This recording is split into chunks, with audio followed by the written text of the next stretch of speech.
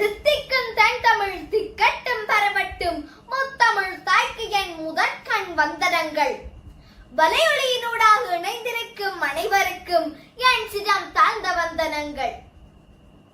காற்றின் வாசனையில் பூக்களின் திருவிழா, மாசு குறைந்த மோகத்தில் மேகத்து பெருவிழா.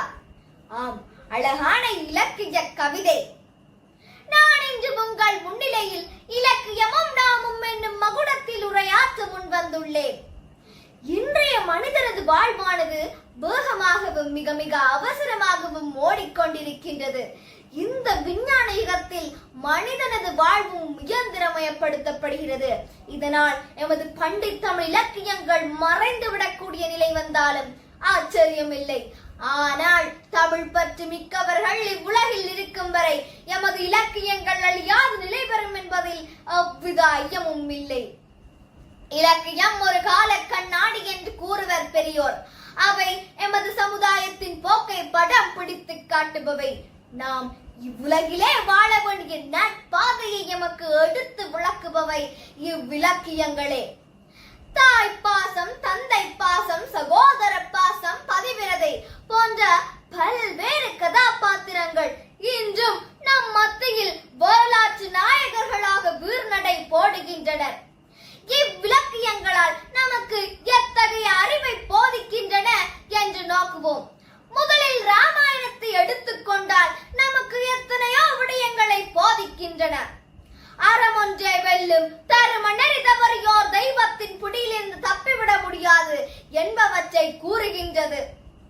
என்னதான் ராவணன் சிவபக்தனாக இருந்தாலும் சீதையை கண்டதும் அவன் மனம் சஞ்சலப்பட்டமையே அவன் அழிவுக்கு காரணம். மேலும் பாசம் என்னும் உன்னத உணர்வானது இலக்கியங்களிலே எடுத்து கூறப்பட்டுள்ளது. சிலப்பதிகாரத்திலே கண்ணகி மீது கொண்ட அன்பான காதலும் பாசம்தான். இறைவன் மீது பக்தன் கொண்ட பக்தியும் பாசம்தான்.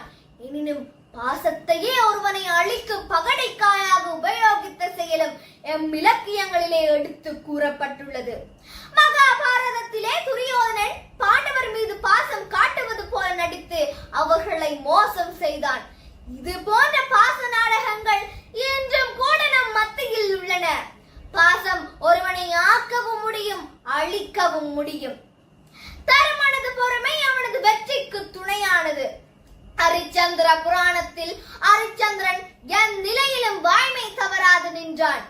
விசுவாமித்திர முனிவர் எத்தனையோ வழிகளில் பொய் சொல்ல வைக்க முனைந்தும் ஹரிச்சந்திரன் கவி இலக்கிலும் கட்டுரை இலக்கிலேன் என்று கூறி வாய்மையை காத்து அவன் இழந்த மனைவி, மகன், நாடு எல்லாவற்றையும் மீளப் பெற்றான். மன அமைதி, பழக்க வழக்கங்கள் என்பவற்றை தரும் இலக்கியங்களை படித்து சுவைப்பதோடு மட்டும் நின்று விடாமல் அதில் எடுத்து கூறப்பட்ட வாழ்க்கை பண்புகளை நாமும் பின்பற்றி வாழ்வாங்கு வாழ்வோம் என கூறி விடை வருகின்றேன். நன்றி, வணக்கம்.